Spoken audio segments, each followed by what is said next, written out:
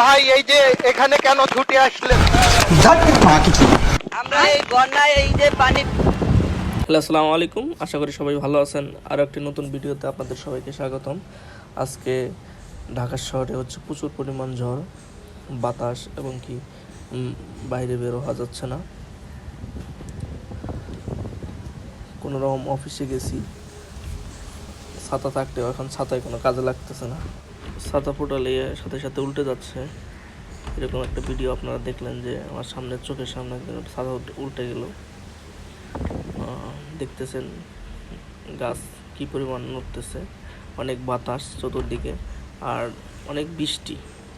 এখন একটু বৃষ্টি কম ছিল, এই জন্য আমি কি বারান্দায় এসে ভিডিওটা করলাম।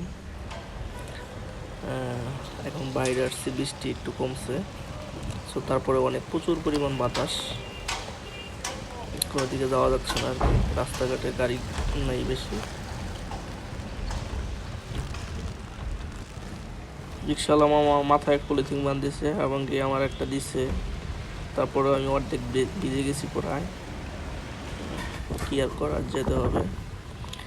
আমার ক্যামেরার লেন্সের মধ্যে অলরেডি বৃষ্টির ফোঁটা পড়ে আর কি ক্যামেরা চেঞ্জ হয়ে গেছে। এটা হচ্ছে কাটাবন মোড়, প্রচুর বাতাস এখানে। লোকটা যাচ্ছে, তার ছাতা উল্টে গেছে।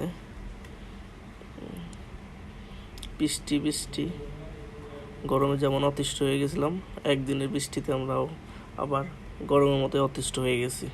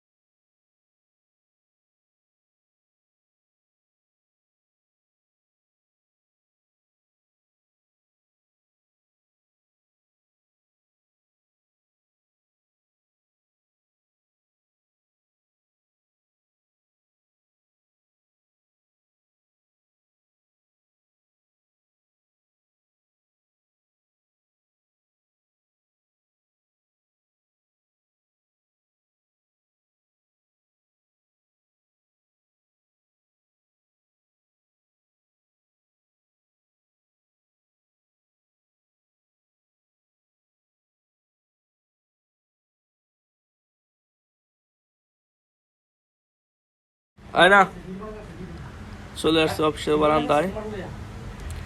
কত সুন্দর পরিবেশ, প্রচুর বাতাস।